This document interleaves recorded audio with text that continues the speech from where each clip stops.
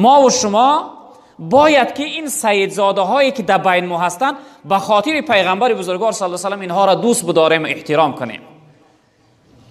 یک قصه را کوتاه من نقل میکنم. حضرت شمس الدین ذهبی رحمت الله علیه یک قصه آورده است. میفرمایند که در یک زمان یکی از انسانهای صالح بود که خود سیدزاده بود، همسرش هم سیدزاده بود، یعنی اولاد جناب پیغمبر بود. این شخصیت خودش وفات کرد، همسرش همراهی 3 طفل یتیم میگه باقی ماندند. زمان قحطی آمد. این شخصیت میگه این زنی که بگیم که همراهی بیوزن مان، همراهی طفلهای یتیمش، نزد امیر شهرش رفت. از او بسیار التماس کرد، گفت من یک زنی تنها هستم، شوهرم وفات کرده است، من یاردم که دستگیری کن. حتی میگه با حالت رسید گفت من سیدزاده هستم، من اولاد جناب پیغمبر هستم. این امیر که از بعض امیرها و سردارهای منافق صورت و خیانتکار بود باور نکرد. به سوی این زن گفت که اگر تو سیدزاده باشی که حجت و دلیل تبیار که یگان شجرت نامه یگان یعنی عهدنامه داره که تو در اصل اولاد پیغمبر هستی. قصه کوتاه هرچند گفت این شخصیت میگه قبولش نکرد، چیزی براش هم نداد. این زن ناامید از او خانه برآمد. این امیره یعنی این سردار و رئیس جاینشینش میگه یک شخصیت مجوسی آتش پرست بود. علاج نیافت. این زن میگه نزد خانه اون مجوسی رفت، یعنی جاینشین این امیر، نزد خانه وی رفت. از او بسیار التماس و زاره کرد. گفت من بیوزن هستم، 3 طفل یتیم دارم. بعد از اون نامبر کرد، گفت من اولاد پیغمبر هستم، سیدزاده هستم.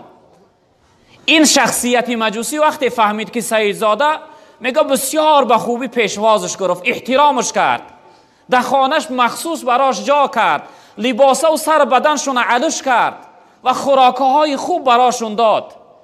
این روز از بین گذشت، شب شد. این امیر میگه بعد از کارش به خانهش رفت.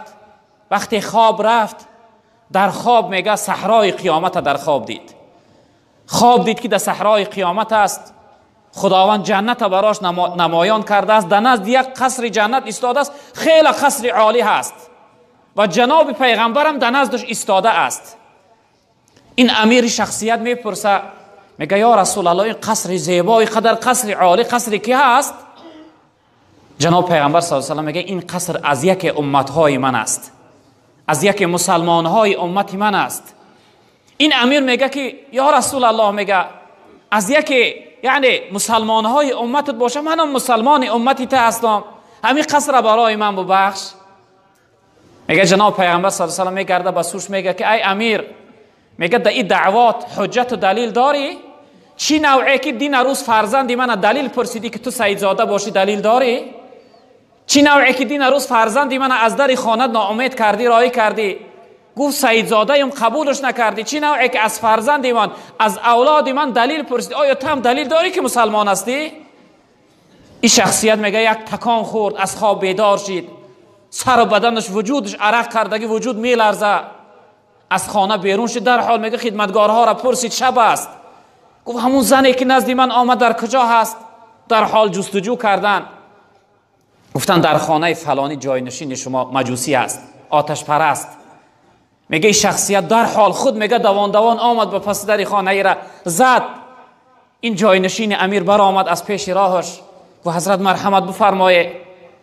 بسیار التماس کرد، گفت همون مهمان ها تا برای من بوده، همون مهمان ها را بوده که من برم در خانم عزت کنم، قدردانی کنم که چه مهمان های بزرگ بودن، من به قدرشون نرسیدم. این مجوسی گفت که حضرت هرگز من این مهمان ها ما برای تو نمیتیم. گفت با چی خاطر؟ گفت به خاطره که همون لحظه که جناب پیغمبر شما را جواب داد و قصر نداد، همون لحظه جناب پیغمبر من فریاد کرد قصر برای من بخشید. همون خوابی که تو دیدی او خواب منم دیدم. از خوابم بیدار شدم، آمدم لبی دامن این زن گرفتم و کلمه شهادت گفتم، ایمان آوردم.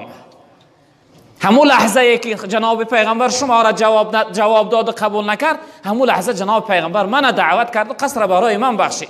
هرگز گفت این مهمان ها ما برای شما نمیدیم.